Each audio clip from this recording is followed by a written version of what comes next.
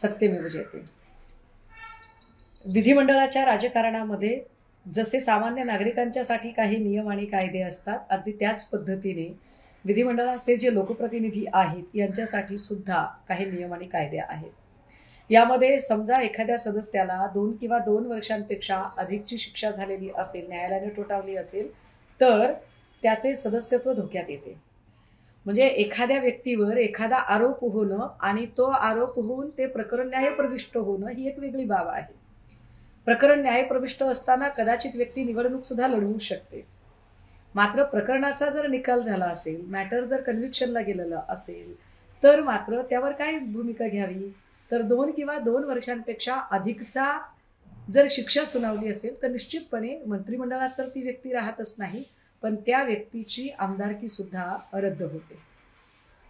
माणिकराव कोकाटेंच्या संबंधाने प्रकरण साधारण 1997चं प्रकरण आहे आणि 2025ला त्याचा निकाल आलाय 30 वर्षांनी। 30 वर्षांनी त्याचा निकाल येतो आणि त्याच्यात तात्काळ माणिकराव कोकाटे हायकोर्टामध्ये धाव घेतात आणि एका दिवसात म्हणजे निकाल लागला त्याच दिवसात त्याच वेळी त्यांना तिकडे जामीनही मिळून जातो।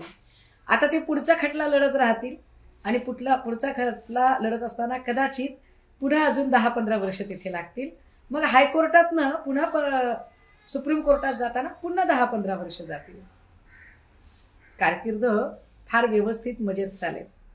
अशाच पद्धतीने आपल्याकडे वाया सुरत गुवाहाटी गेलेल्या लोकांची सुद्धा कारकीर्द अतिशय सुरक्षित राहील आणि सुरक्षित पद्धतीने त्यांना त्यांची कारकीर्द पूर्ण 5 वर्ष पूर्ण करता आली। मंडळी, या सगळ्या निमित्ताने काही प्रश्न निर्माण होतात।